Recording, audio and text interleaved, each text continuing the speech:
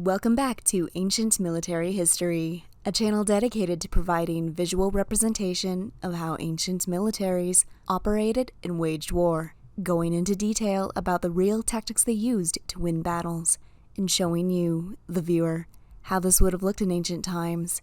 In this video, we will be going over the history and tactics used in the Battle of Thermopylae that took place in 480 BC between the Persians, led by King Xerxes I, and the Greeks, led by King Leonidas.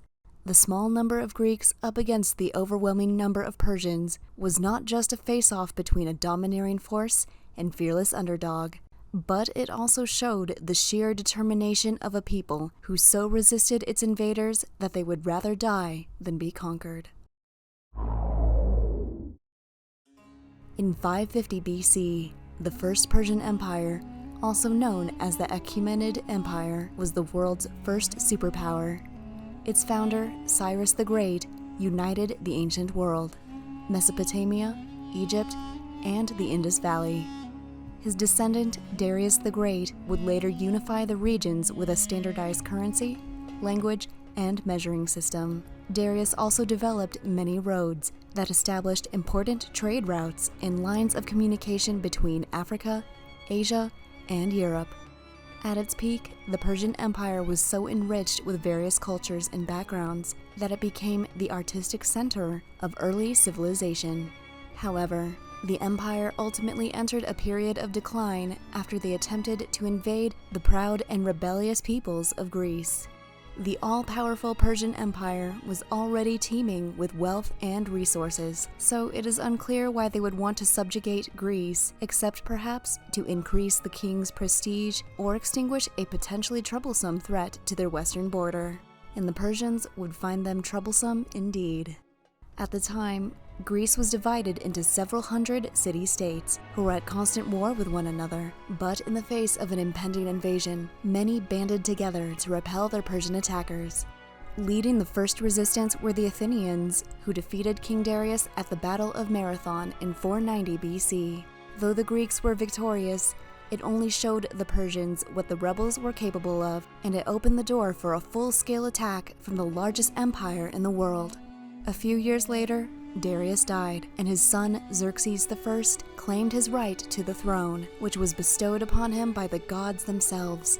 And the self-proclaimed Great King, King of Kings, King of countries containing many kings of men, King in this great earth far and wide, son of King Darius the Great, went on to continue the campaign into Greece and exact his revenge on the Athenians for the wrongs they committed against the empire and his father. Xerxes spent 4 years preparing his massive invasion force. The Greek historian Herodotus, who wrote the first history of this war, stated, "All previous expeditions of old are as nothing compared with this, for was there a nation in all of Asia which Xerxes did not bring with him against Greece? One nation furnished ships, another was arrayed among the foot soldiers, a third had to supply horses, a fourth transports for the horse and men, likewise for the transport service, a fifth, ships of war towards the bridges, and a sixth, ships and provisions." Xerxes then had his engineers build 2 bridges that were about a mile long and spanned across the Hellespont Strait in order to march his massive army from Asia into Europe. Herodotus reports that the entire Persian force, which included the fleet, infantry, cavalry, and Arab and Libyan allies, along with Greeks who had joined Xerxes, numbered 2,641,610 men. And to account for support troops, the final number was about 5,280,220 men. However, Persian historians numbered Xerxes' forces at 800,000, and the more likely number, based on modern analysis of the resources available to armies of the ancient era, would be about 175,000 and no more than 250,000 men. Regardless, the combined Greek forces were still but a fraction of the Persian army. As Xerxes made his way south, the Greeks first attempted to stop their invaders in Thessaly, and they sent an army of 10,000 men to hold the Valley of Tempe near Mount Olympus. But when they saw the overwhelming number of Persians, They quickly abandoned that idea and fled. After much discussion and compromise between the Greek city-states, they ultimately decided to send a joint army to defend the narrow pass at Thermopylae, which was the entrance into mainland Greece, and send a fleet of 271 vessels to guard the northern straits at Artemisium. The combined land forces at the pass totaled about 6,000 to 7,000 men, which of course included 300 Spartans and King Leonidas, a descendant of Hercules, to lead them all. As the Greek army and fleet advanced to Thermopylae and Artemisium, Xerxes' army and fleet proceeded down the coast. Fortunately for the Greeks, and unfortunately for the Persians, Mother Nature entered the war. At this time of year, perilous storms would blow into the coast. The Greeks, who knew these winds and waters, had taken refuge behind the island of Euboea, and while their fleet was unscathed, Xerxes lost about 700 to 800 ships. The Greeks finally arrived at Thermopylae, and as they were setting up camp, they saw the multitude of Persians pouring into the valley from the north. Frightened for their lives, they demanded a vote be taken to return home. And while this debate was going on, Xerxes sent a mounted spy to observe the Greeks and note how many they were and see what they were doing. The spy encountered the Spartans, who were the outer guard, and he found them stripping for exercise and combing each other's hair. They paid no heed to the spy and let him leave to report back to Xerxes, who found it laughable that such was the custom of Spartan warriors before entering battle. Xerxes then sent envoys to the Greek camp. At first, he asked Leonidas to join him and offered him the kingship of all of Greece. Leonidas answered, "If you knew what is good in life, you would abstain from wishing for foreign things. For me, it is better to die for Greece than to be monarch over my compatriots." Xerxes gave him one last chance to surrender without bloodshed if the Greeks would only lay down their arms, to which Leonidas famously responded, "Come and get them." Leonidas positioned his men at the narrowest part of the pass.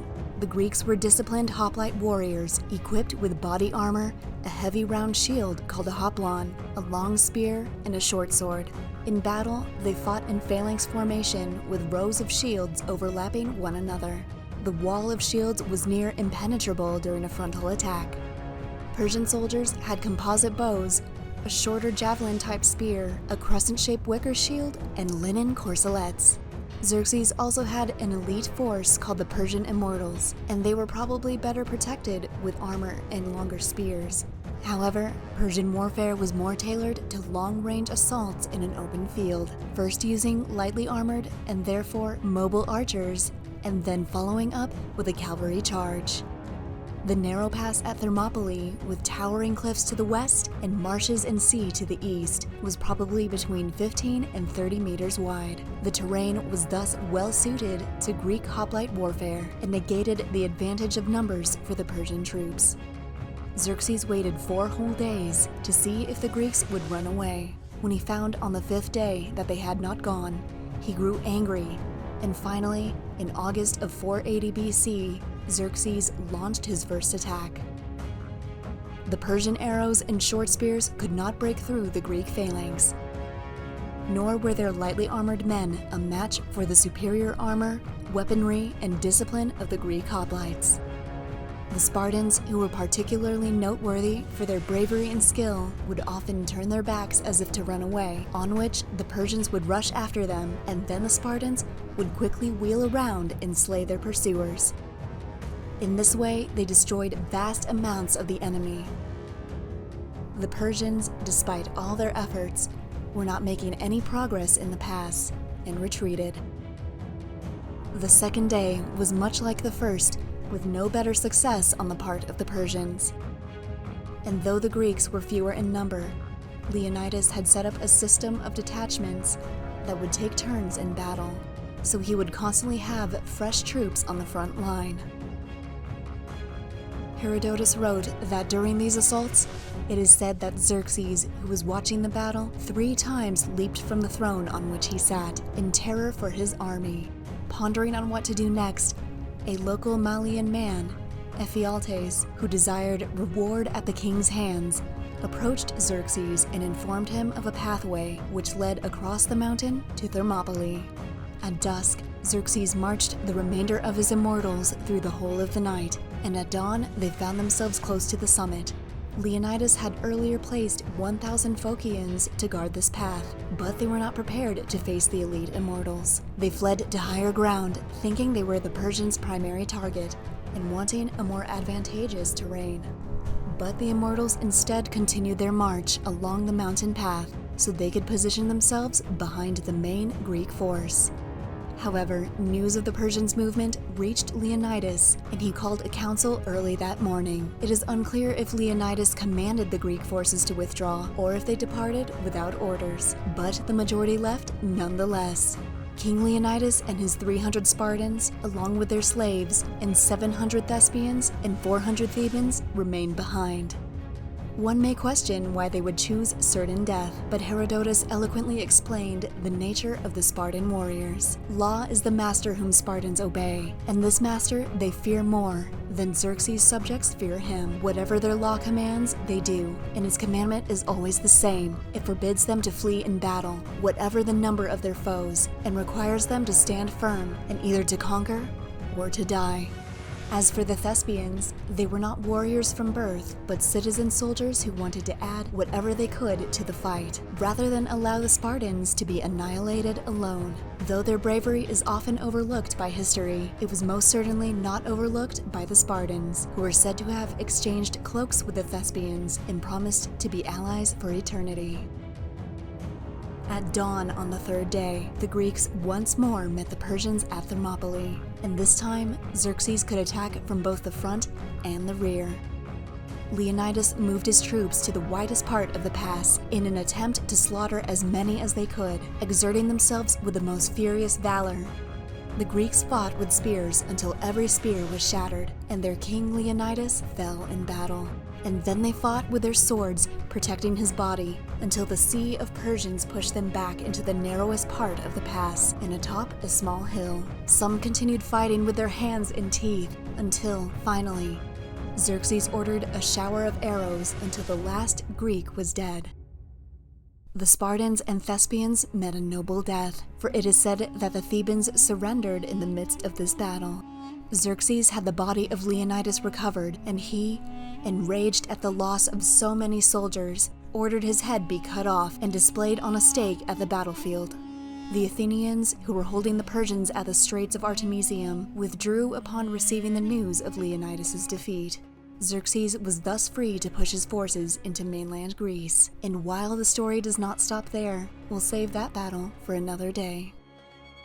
Thank you for watching Ancient Military History, your go-to resource for the strategies and tactics used by ancient militaries throughout history to conquer their foes. We are a brand new channel, and your support would mean the world to us, so if you liked this video and would like to see more, subscribe to the channel and check out our playlists where we cover the tactics in other interesting ancient battles. Also, let us know in the comments which ancient military battle you'd like to see next. Until next time, thank you and have a wonderful day.